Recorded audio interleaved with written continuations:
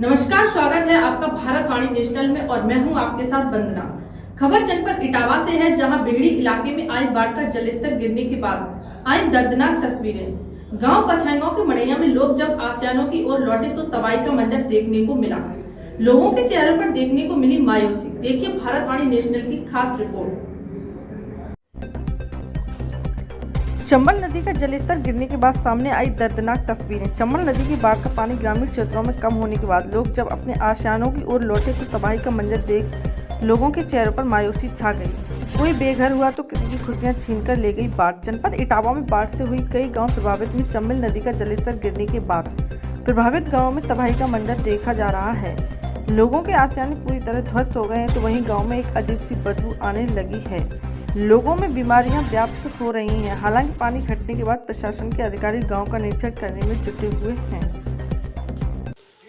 चंबल नदी का जलस्तर गिरने के बाद आज हम पहुंचे हैं जनपद इटावा के मड़ैया पछाईगांव में। यहां के लोगों से जानने की कोशिश करेंगे कि लोगों का कितना नुकसान हुआ है, कितने घर क्षतिग्रस्त हुए हैं।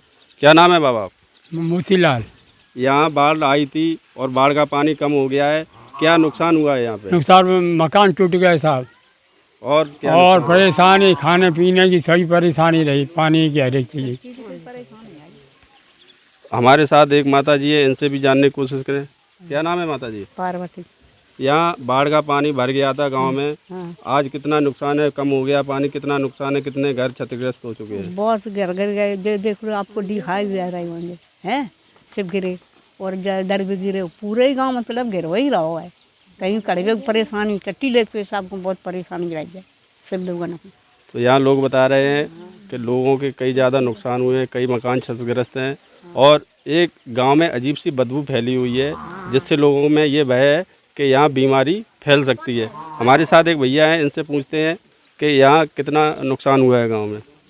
भाई यहाँ पे मेरा नाम सुनील है, मैं मड़ैया पछाईगांव से हूँ। इस गांव में ज़्यादा से ज़्यादा बहुत नुकसान हुआ है। 2-4 घर बचे हैं, बाकी सब यहाँ पे डूब गए हैं और यहाँ पे बदबू फैल रही है। बीमारी का बहुत ज़्यादा खतरा है। इस गांव में परेशानी से लोग जूझ रहे हैं, जिसके कारण बहुत दुख है सभी लोगों को और इस परेशानी से जल्दी छुटकारा पाया जाए, भगवान से ये प्रार्थना है और सरकार भी हमारी मदद करे।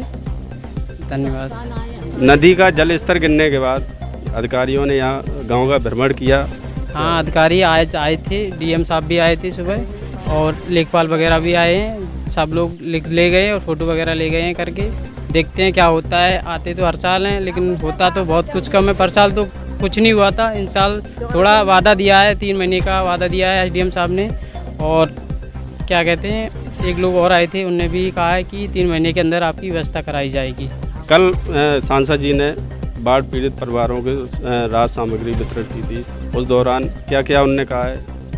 उन्होंने कहा, सांसद जी ने कहा था कि आप लोगों के लिए पानी की व्यवस्था होगी। उसके बाद जो भी निजी वहाँ ऊपर कहीं जगह होगी, उस जगह आपको 3 महीने के अंदर जगह आपको दी जाएगी और 3 महीने के अंदर क्लियर ही कर दी जाएगी। अगर उसके बाद नहीं होती कि तो उसके जिम्मेदार स्वयं वो लोग होंगे। बाढ़ का पानी कम होने के बाद आबादी में लगभग कितने मकान क्षतिग्रस्त हुए हैं?